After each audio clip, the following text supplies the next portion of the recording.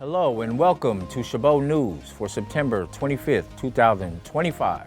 My name is Gerardo and today we will be covering the Pope turning 70, the Hayward City hiring freeze, and one of the best food trucks in town. In entertainment news, Enrique will tell you about the arrest of the robber who stole Beyoncé's unreleased music. And finally, in sports news, Jameer has the latest updates on the Giants closing out their season. More coming up in today's edition of Chabot News.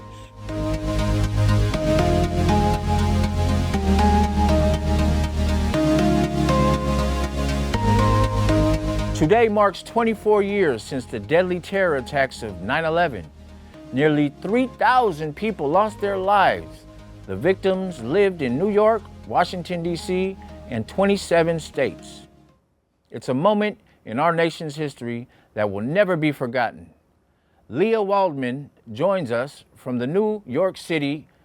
Leah, part of that promise to never forget was to never stop working to identify the people killed that day. Tell us more. My mom was just a superwoman who certainly should not have been murdered in that way. It took nearly 24 years, but Paul Keating and his siblings have a new sense of closure after their mother, Barbara Keating's remains were identified. Barbara was on one of the planes hijacked by terrorists on 9/11. They asked us for the DNA when they thought that there was a chance they found hair in a hairbrush.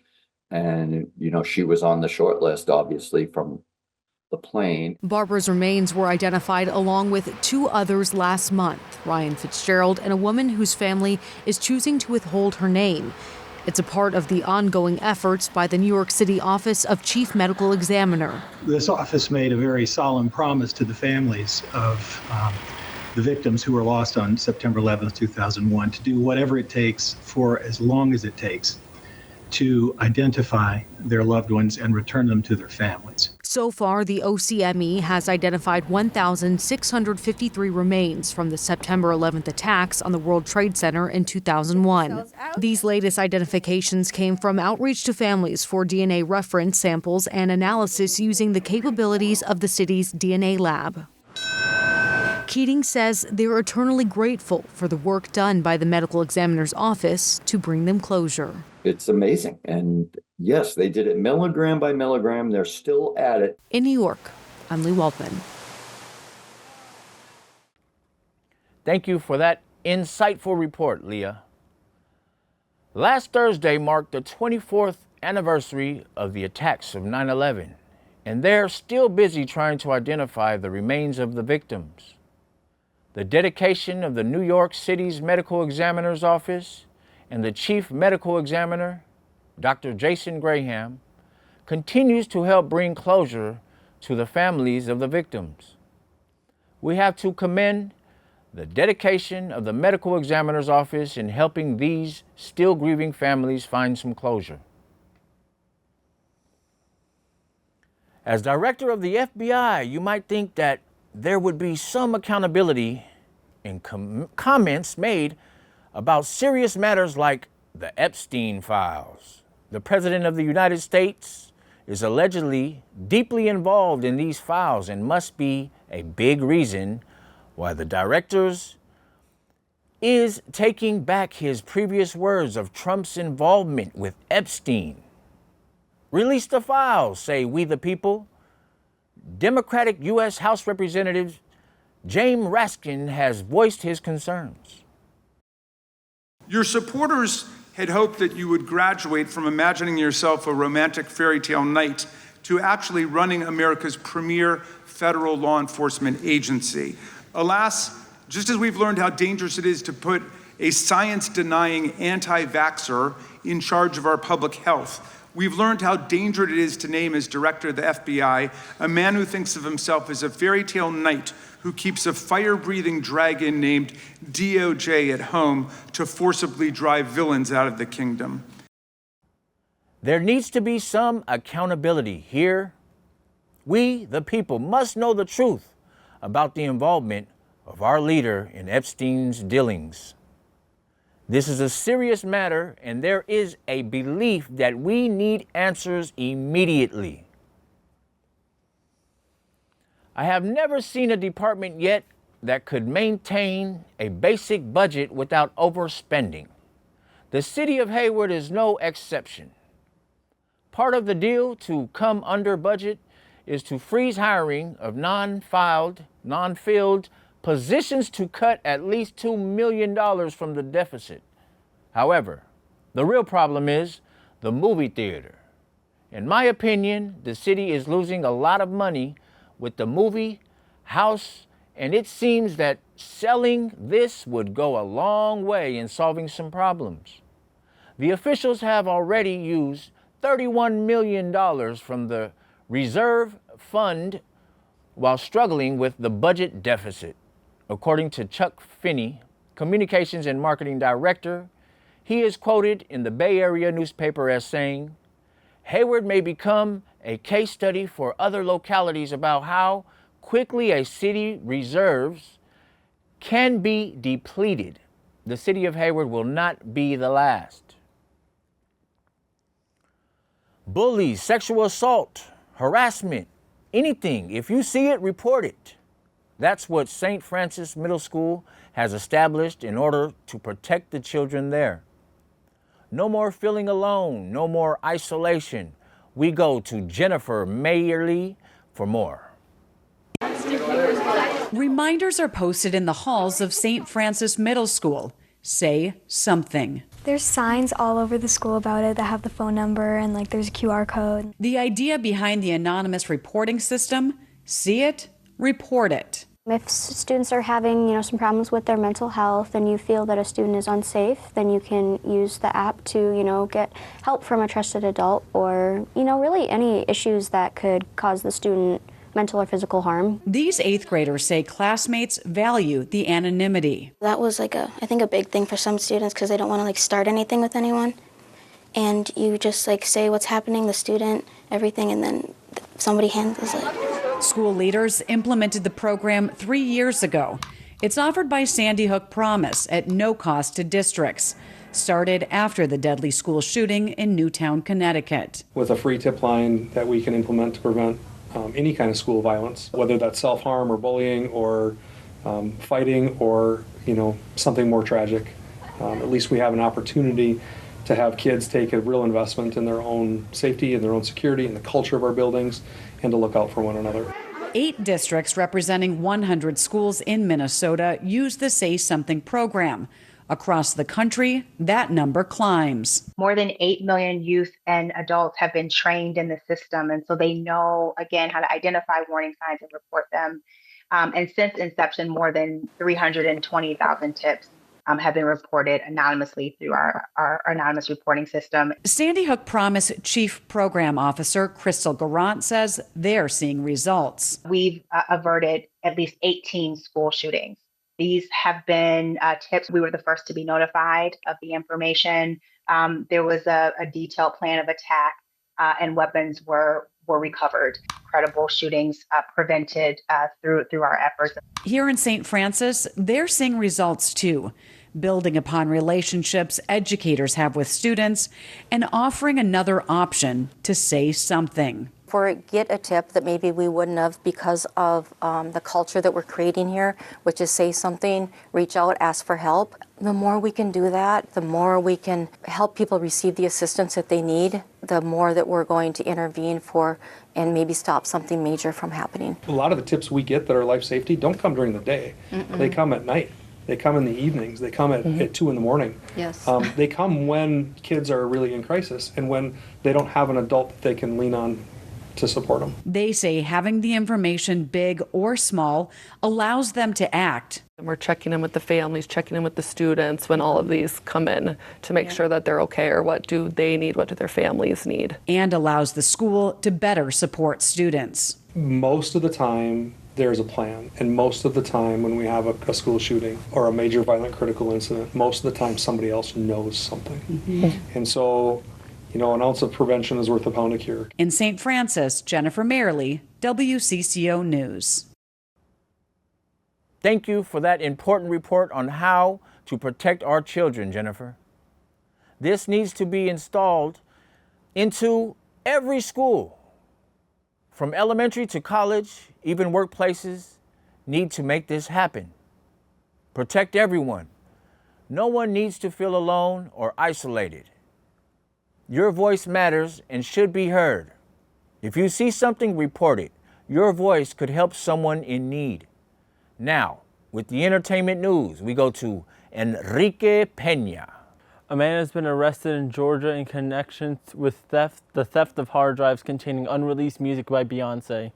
Hard drives and other items connected to the Grammy Award winner were stolen from an SUV in Atlanta over the summer. The vehicle had been rented by her choreographer during a stop on the singer's tour. Atlanta police believe Kelvin Evans is the man who broke into the SUV. Evans was arrested by police in Hapeville, Georgia, south of Atlanta. He is behind bars facing a charge of entering an automobile with intent to commit theft. Investigations have not recovered the hard drives that were allegedly taken. Coachella has just announced that its headliners for next year. They are Justin Bieber, Sabrina Carpenter, Colombian singer Karol G, and Alexis Anima. The artists have all played in Coachella in the past. The Indio, California Music Festival is set for the weekends of April 10th through 12th and April 17th to 19th. Passes went on sale last Friday and were sold out by Monday, the 22nd of September. You might be able to snag passes on third-party ticket sites. And now back to you, Gerardo. Coming up next, a taste of the South Pacific is lighting up the streets of Hayward. With so many flavors, how is Fijian barbecue cooking it up? Well, we sent our reporter Alan Sampson to cover this story. A taste of the South Pacific is lighting up the streets with flavor and purpose. This food truck in town isn't just serving barbecue, it's serving culture, community, and change. At first glance, it looks like another trendy food truck, but one bite and you're transported thousands of miles across the Pacific. My name is Sion Pillay. I started Fijian barbecue back in 2020. Our cuisine is so underrepresented here in the Bay Area, and I wanted to make a change. Born and raised in Fiji, Sion brings the soul of Suva and Nadi's street barbecue culture to life, capturing the sights, sounds, and most of all, the flavors of backyard gatherings and roadside grills from the 80s, 90s, and 2000s. I remember the aromas, the creativity of the cooks, the love they shared for the food, and just community itself back home. I wanted to spotlight them and bring that here to the States. But Fijian barbecue isn't just about food, it's about family, or as they say in Fijian, vuvale. When you visit, you're joining the family. Food is at the center of our culture, and we serve it with the values that we grew up on. And Sion is taking it one step further by building a supply chain that gives back to the islands. We have lamb and chicken barbecue, fried fish with cassava fries, kokonda, lamb curry, and roro. Also, we source ingredients directly from the Fiji Islands and the other parts of the South Pacific region, so local farmers in those communities can get fair value and break free of the monopolies. It's about creating a system that uplifts everyone. All meats are 100% halal. Packaging is eco-friendly, and the mission is crystal clear: community over everything.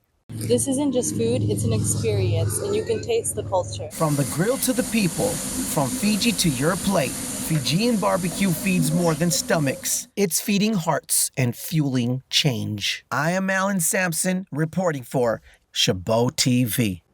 Thanks for that mouth-watering report, Alan. Thank goodness this food truck is in town. I think I know what I'm getting for lunch today. To prevent allergies from entertaining your home, you must follow these simple steps here in this video. Allergies are serious this season, and we must take necessary precautions. Mandy Gaither has this week's Health Minute.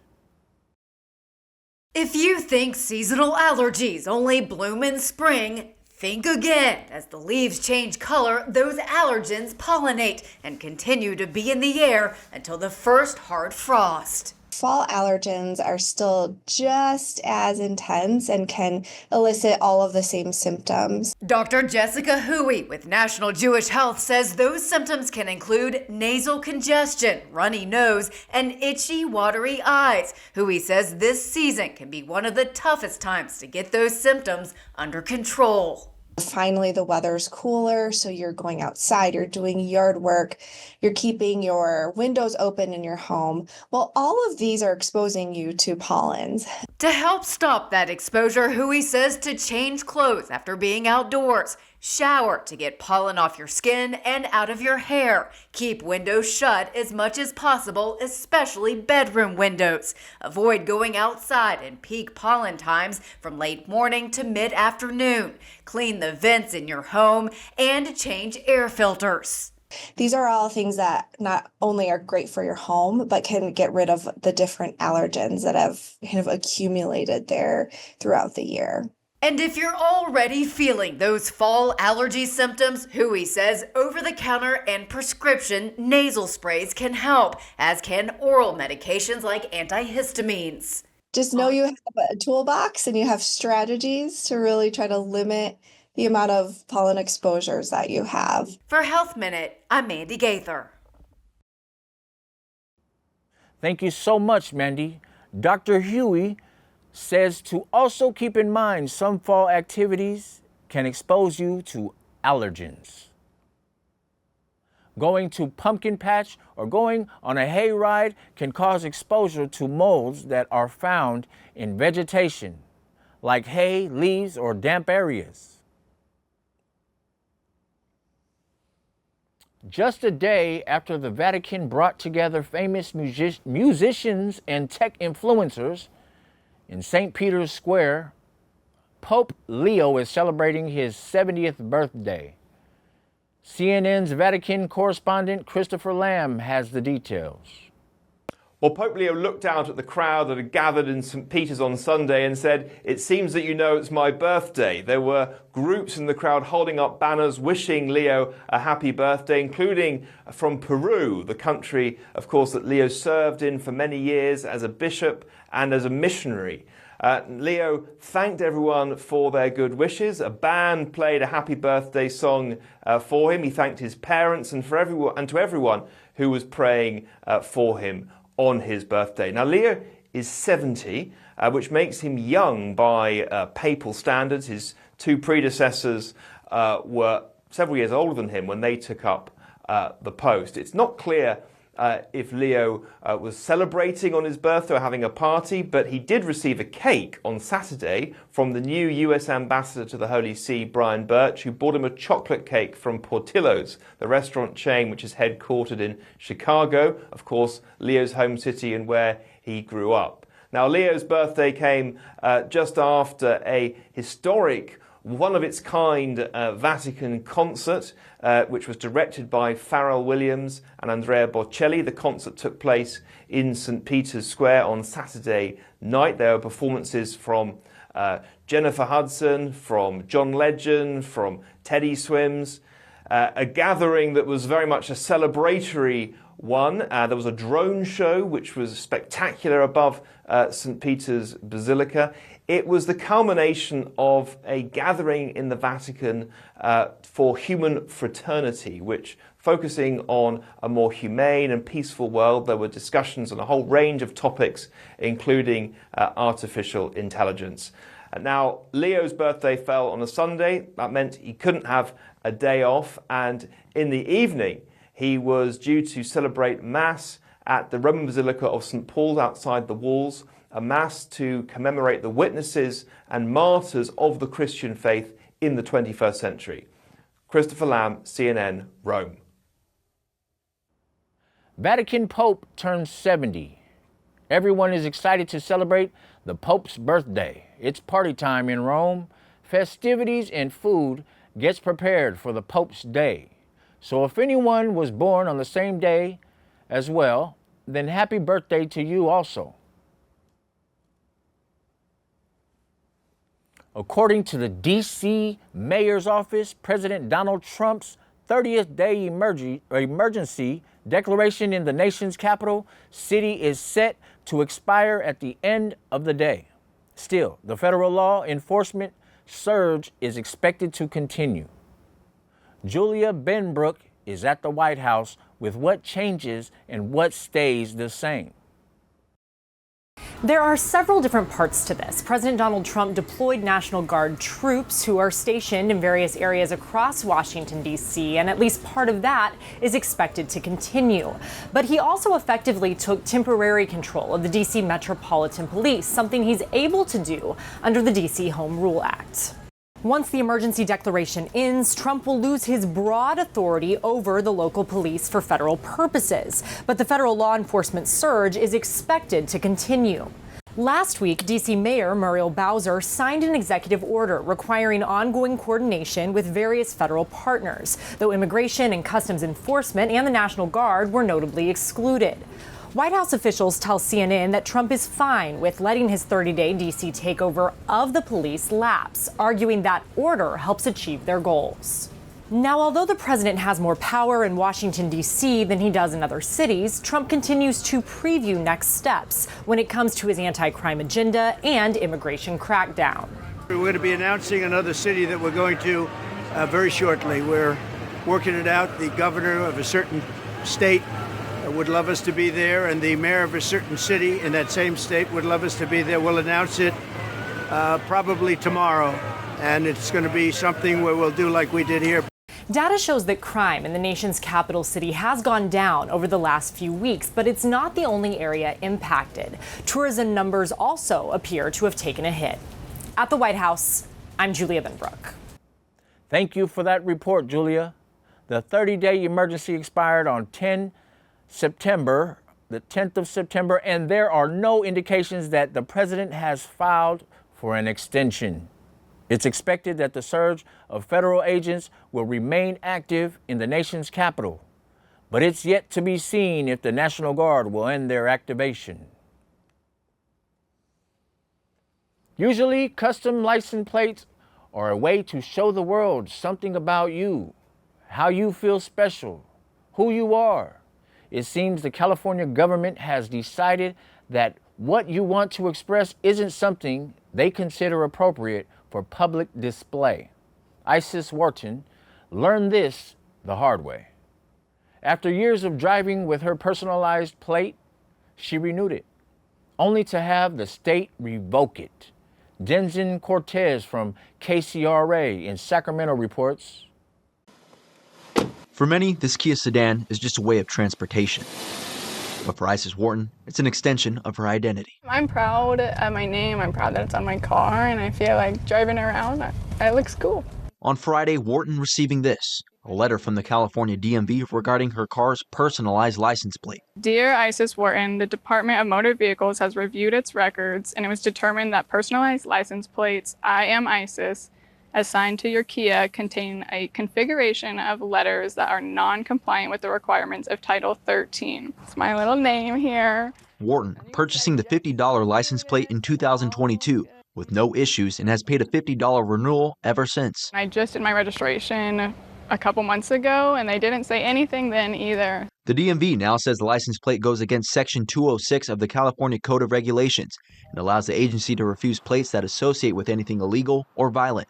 Adding, quote, regardless of your intention, the configuration I am ISIS can be construed as I am Islamic State of Iraq and Syria. When you opened that letter, what was the first emotions reading that? I was surprised. My first reaction, I was super surprised. I was confused since I've had it for so long.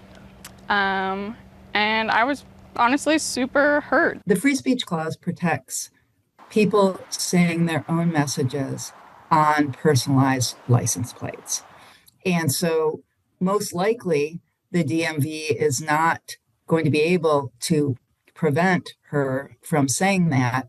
McGeorge School of Law professor Leslie Jacobs weighed in on the situation, citing that Wharton's license plate is protected under the First Amendment. Because the United States Supreme Court has said that specialty license plates, those are the ones like Save Lake Tahoe, can be government speech, and maybe the government can prevent people from having specialty license plates, but these are personal license plates. For now, Wharton is unsure what's next, but like the Egyptian goddess Isis she was named after, her family nurturing with support. My mom was so upset. She loves my name, and she's always been a big advocate for anyone that's been offended by my name. And so she was the one that was like, you need to do something about that. Like, don't just change it, like, do something about it. In Sacramento, Denson Cortez, KCRA 3 News. Thanks for that great and somewhat perplexing report, Denson. The state thinks that the First Amendment can only go so far. I'm not sure if that will hold up in court. Sometimes it seems that common sense does not always prevail when some people try to interpret another's speech.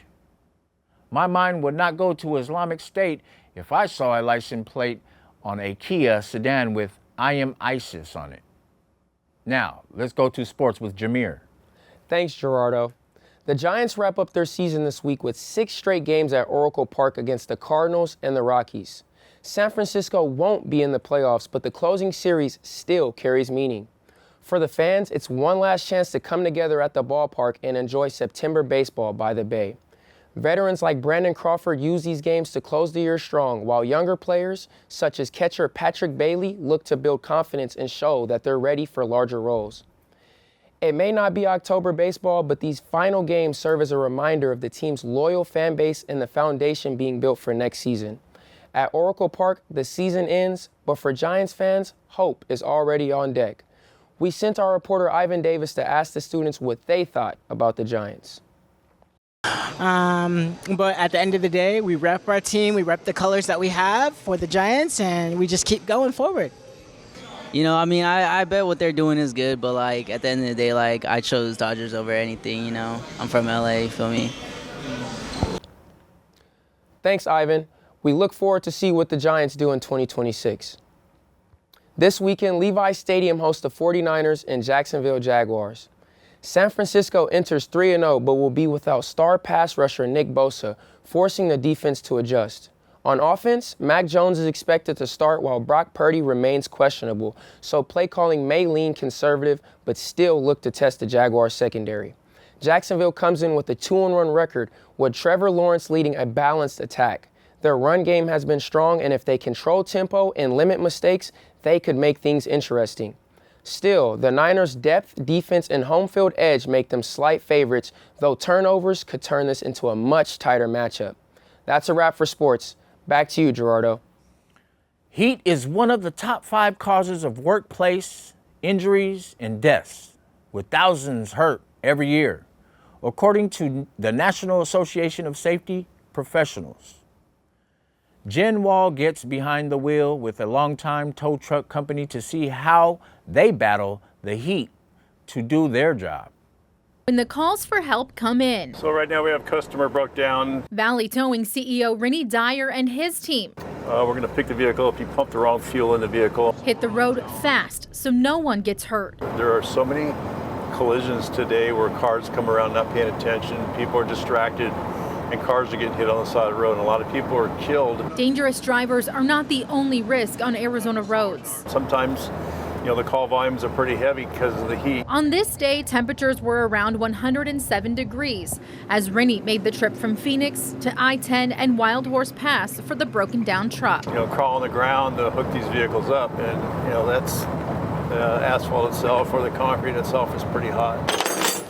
Handling the heat begins with company conversations and training, Rennie says. Yeah, everything's hot, but cleanliness, you try to keep your hands somewhat clean, somewhat safe anyhow. That's so Valley Towing can keep up with hundreds of calls every week. Sometimes you need a pregame. Sometimes you need to start drinking, before you even get in the truck and head out. Rennie says his drivers, thankfully, have not had any problems, but heat is to blame for at least 170,000 work-related injuries and 2,000 deaths nationwide every year. That's according to the National Association of Safety Professionals. Rennie says Arizona drivers should take precautions too. What's the average wait time for a tow truck in Arizona? Well, we could get right on it, or it could be, 90 minutes sometimes for a wait. And if somebody's on the highway, we recommend them finding a store or something to kind of hang out in. Because Arizona heat not only makes for dangerous wait times, but can also ramp up those call volumes. Thank you for that report, Jen. California is also known for its heat extremes, especially in the eastern part of the state. Make sure that if you're driving in the hotter areas of California, you're prepared for the possibility of breakdown and a long wait for a tow truck. Even on a bad day, the students at one Abbott's Ford School have something to look forward to. Because for more than a decade, an 84-year-old great-grandfather has been waiting at the school each morning to greet students as they arrive. Here's the CTV's Michelle Brunoro with the story. When kids arrive at Claiborne Middle School, hey, good morning. It's Friday. A familiar face is there to greet them. It wouldn't really be Claiborne Middle School without Ben. Yeah. There are Ben Gruber autographs, even pins, and a special Ben handshake. Oh, my homie here. Hey, Ben, what's up? What? Not much. How about you? I did it with one kid, and the other kids saw it, and they want to do it, and then the whole school now wants to do it. Though he can't remember every name, the 84-year-old has welcomed thousands of children over the years in a job he started because his grandkids went to the school. I didn't know really what to expect, what to do. But he soon discovered something very special that left him wondering. How come those children somehow liked me and come to me? He thinks it's because he pays attention to them. Perhaps it's also because he genuinely cares. When I was having like a bad day too, he came right to me and was just like trying to get me up for the day, which definitely helped for sure. He notices those that are by themselves or might have a frown on their face, and he'll go up to them and engage, and they leave feeling better. For the great-grandfather, this job gives him routine and purpose. To be a purpose to the kids, to make help them to make a good day and cheer them up. And so that in return gives me pleasure and happiness. Seeing him, it makes my day instantly better because he's just nice. He's a listener and encourager. He makes them feel special. Friday, I say, it is Friday. I insist that you take 2 days off, but do not forget to come back on Monday, because you don't come back on Monday, I'm going to miss you. There has never been another Ben. He's a one of a kind. Yeah, he's a blessing. And he is the heart of the school. Have a super day. Love you. Thank you for that insightful report, Michelle. You're never too old to bring cheer to those around you. Mr. Ben Gruber has brought joy and smiles to the children at Abbott's Ford Middle School. This man shows what real school spirit is about. We may need to take a page from Mr. Gruber himself on how to enjoy life. Thank you to our new Big Ben. Hayward's very own painter, Luis Jimenez of LJ Custom Canvas, put together his first solo art show. This art show took place in the Niles District. We sent our own reporter, Alan Sampson, to cover this event. In Fremont, California, local artist and visionary Luis Jimenez, founder of LJ Custom Canvas, unveiled a deeply personal and visionary captivating solo expedition in the heart of Fremont's historic Niles District. The show took place at 37729 Niles Boulevard, offering a window into his artistic journey marked by resilience, self-discovery, and rebirth. Born in San Francisco and raised in Hayward, Luis is a self-taught contemporary painter whose bold surrealist and abstract portraits explore the raw spectrum of human emotion. Since 2001, Luis has been capturing hearts across the Bay Area with his electrifying colored palettes and emotive compositions. But his creative path was anything but smooth. In 2023, I was diagnosed with an eye condition called keratoconus. My eyesight deteriorated so badly I stopped painting completely. I felt blind, everything was a blur, I couldn't drive, I couldn't do simple tasks, and I felt completely hopeless. After 2 eye surgeries and a long year of uncertainty, Luis was finally able to manage his condition using specialized hard-shell contact lenses. That time away from the canvas only deepened his commitment to art. So I made a promise to myself. When I could see again, I'd go full force on my art journey. And to be honest, art saved my life. It gave me purpose when I thought I'd lost everything. Now, just over a year later, Luis is sharing his vision, both literally and metaphorically, with the world. This solo show in Fremont featured new works born out of transformation, inner struggle, and artistic rebirth. We're hosting Luis Jimenez with his blurred vision in full color. We're super excited to have him here. Luis's work has been exhibited in galleries throughout the Bay Area and has earned recognition as a published artist. Each piece in this show is a reflection of his unshakable spirit and his ability to channel pain into powerful, vibrant storytelling. So I hope this show not only showcases my evolution as an artist, but also inspires everyone facing adversity. I want people to know that passion and creativity can heal, and they can also change your life. I'm Alan Sampson reporting for Chabot TV. We thank our local reporter, Alan Sampson, for that great story. Art is life and therapeutic. It is awesome to see some Hayward talent thrive. That's all for Chabot News this week. Thanks to all the students and staff in the Mass Communications Department here at Chabot College for making this production possible. You can watch us anytime online at youtube.com/Chabot TV. Stay tuned to KCTH Channel 27 on Comcast for more Chabot TV.